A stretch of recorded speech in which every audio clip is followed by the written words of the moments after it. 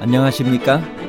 인생의 복잡한 문제들을 말씀으로 단칼에 해결해주는 김종근 목사의 쾌도 남마입니다.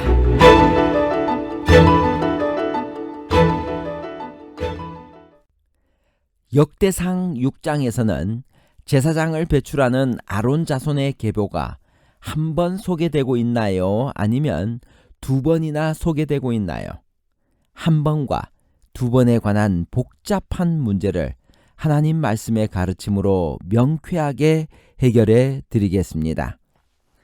역대상 제6장은 제사장 가문이 속해 있는 레위 자손의 계보와 거주지에 대한 기록입니다. 레위는 어떤 사람이며 그의 자손이 성전 봉사를 맡게 된 연유가 무엇인가요? 레위 자손에게서 우리가 배울 교훈은 무엇일까요?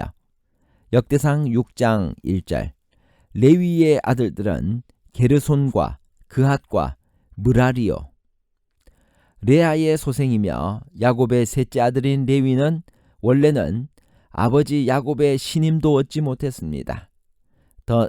디나가 세겜의 추장에게 강간을 당하자 디나의 친오빠인 시므온과 레위가 아버지의 허락도 없이 세겜 성읍 사람들에게 잔인한 복수를 감행했기 때문입니다. 그들의 행위가 비록 여동생의 수치를 복수한다는 명분은 있었지만 하나님 보시기에 중대한 범죄 행위였습니다. 그런 레위 지파가 제사장 지파로서 성전 봉사를 하도록 선택된 것은 출애굽 당시 그들의 공헌도 있었지만 전적인 하나님의 은혜였습니다. 출애굽기 32장 28절 레위 자손이 모세의 말대로 행하매 이날에 백성 중에 3,000명가량이 죽임을 당하니라. 금송아지 형상을 만들고 제사를 드림으로 하나님께서 심판을 하셨습니다. 이 부도덕한 시위를 멈추게 하지 못하고 무엇인가 조치가 취해져야 함을 깨달은 모세는 진문의 자리를 잡고 소란을 진정시키는 일에 그와 연합할 자들을 소집합니다. 선과 악의 전쟁에 중립은 없습니다. 우리는 하나님 편에 있든지 아니면 사단 편에 있든지 둘 중에 하나를 선택해야 합니다. 여호와의 편에 있는 자에 대한 궁극적 시금석은 우리 주변의 사람들이 반역할 때 충실하게 남아있는 것입니다. 연약한 품성은 다수의 편을 택합니다. 단호한 경건은 다수의 그릇된 가마에 저항할 수 있다는 사실에서 실체가 나타납니다. 남다르게 되는 데는 용기가 필요합니다. 형제들 중 유일하게 레위 자손만 여호와의 편에 집결했습니다. 그들은 우상 숭배에 참여하지 않았습니다. 여전히 방탕한 의식을 고집하는 자들을 보는 곳마다 레위인들은 가족과 친구의 인연을 일절 무시하고 칼로 그들을 도륙할 것이었습니다. 반역을 진정시키려면 단호한 행동이 필요했습니다.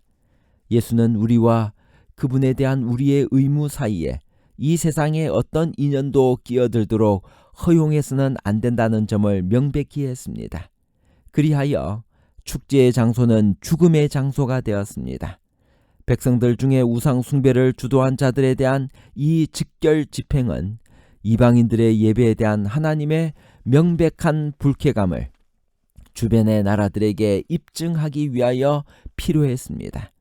여호와는 백성들에게 이러한 범죄가 용인될 수 없다는 사실을 확신시켜 주어야만 했습니다. 엄중한 형벌 없이 이런 범죄가 지나가도록 하나님이 허용했더라면 장래의 유대인들은 더욱 쉽게 우상 숭배의 유혹에 굴복했을 것입니다.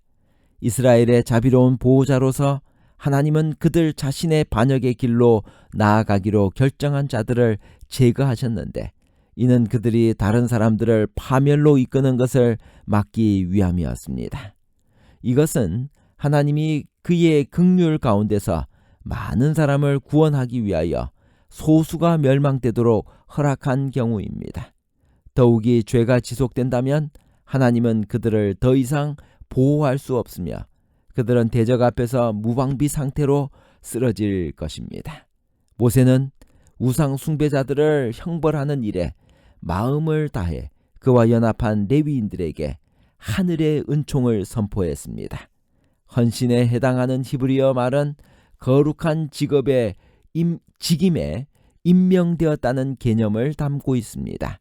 이곳에서 역시 그것은 레위인들을 위하여 하나님이 준비한 특별한 복, 즉 성소에서 봉사하도록 선택된 명예를 뜻합니다. 레위 지파에 속하면 모두 제사장이 될 수 있었나요? 출애굽기 28장 1절. 너는 이스라엘 자손 중 네 형 아론과 그의 아들들 곧 아론과 아론의 아들들 나답과 아비후와 엘라살과 이다말을 그와 함께 내게로 나아오게 하여 나를 섬기는 제사장 직분을 행하게 하되. 레위 지파는 전반적인 성소 봉사의 책임을 맡았지만 제사장은 레위 지파 중에서도 오직 아론의 자손만 될 수 있었습니다. 대제사장은 아론의 경우 하나님께서 직접 임명하셨으며 종신직이었고 그 아들에게 세습되었습니다. 제사장들은 번제단에 불이 꺼지지 않도록 돌보아야 했으며 물두멍에는 물이 항상 채워져 있도록 계속 물을 채워야 했고 또 조석으로 희생제사와 소제와 전제를 드려야 했습니다. 조석으로 금 등대의 심지와 기름을 확인하여야 했으며 매주 한 차례는 진설병을 준비해야 했습니다. 제사장들은 또한 성막 근처에서 희생 제물의 피를 씻어내고 제단에 쓸 나무를 모으고 제물이 흠이 없는지를 검사하며 목욕에 필요한 물을 깃고 기타 다른 일들을 하는 레위인들의 봉사를 감독했습니다. 본장은 레위 지파의 계보 중에서도 대제사장인 아론의 계보를 먼저 소개하고 있습니다. 아론의 직계 선조와 직계 후손은 각각 누구인가요? 역대상 6장 1절에서 3절. 레위의 아들들은 게르손과 그핫과 무라리요 그핫의 아들들은 아므람과 이사할과 헤브론과 우시엘이요 아므람의 자녀는 아론과 모세와 미리암이요 아론의 자녀는 나답과 아비후와 엘라살과 이다말이며. 레위는 세 아들을 두었습니다. 게르손과 그핫과 무라리가 그들입니다. 게르손의 후손들은 주로 성막의 덮개와 장막들을 관리했으며 무라리의 후손들은 성막의 기둥과 받침들을 관리했습니다. 둘째 아들 그핫의 아들 아므람이 요게벳과 결혼하여 낳은 아들이 아론과 모세와 미리암입니다. 제사장직은 오직 아론의 후손만 수행할 수 있었습니다. 그핫의 다른 자손들은 성소의 제사장들을 도와 거룩한 기구들을 관리했습니다. 아론은 나답과 아비후와 엘라살과 이다말이라는 네 아들을 두었는데 나답과 아비후는 불경하게도 다른 불을 성전에서 사용하다가 죽임을 당했습니다. 셋째 아들 엘라살이 아론의 대제사장직을 승계하였고 그의 아들 비느하스는 바알보올 사건 때 미디안 여인을 데리고 돌아온 사람을 처단하고 하나님께로부터 제사장 직분을 위임받은 당사자가 되었습니다. 역대상 6장 1절에서 15절이 레위의 자손 중에서 그핫의 아들인 아론의 계보, 즉 대제사장의 계보를 다루었다면 역대상 6장 16절에서 30절에서는 레위 자손 전체의 계보를 다루고 있습니다. 그핫의 아들 이름이 역대상 6장 2절의 이름과 다른 이유는 무엇인가요? 역대상 6장 16절. 레위의 아들들은 게르손과 그핫과 무라리이며 그핫의 아들 암미나답은 그핫의 둘째 아들 이스할의 다른 이름이라고 생각되어집니다. 모세와 고라는 어떤 관계였나요? 역대상 6장 22절. 그핫에게서 난 자는 곧 그 아들은 암미나답이요 그의 아들은 고라요 그의 아들은 아실이요. 암미나답의 아들 고라는 모세와는 아버지 쪽으로는 사촌 형제간으로 광야에서 모세에게 반기를 든 인물입니다. 고라는 그의 큰아버지의 자녀들, 즉 모세와 아론이 이스라엘을 인도하게 되고 아론의 자손은 제사장이 되었지만 자기들은 제사장을 보조하는 일밖에 못하게 된 것에 불만을 품었을 것입니다. 결론입니다. 첫 번째, 역대상 6장에서는 제사장을 배출하는 아론 자손의 계보가 2번이나 소개되고 있습니다.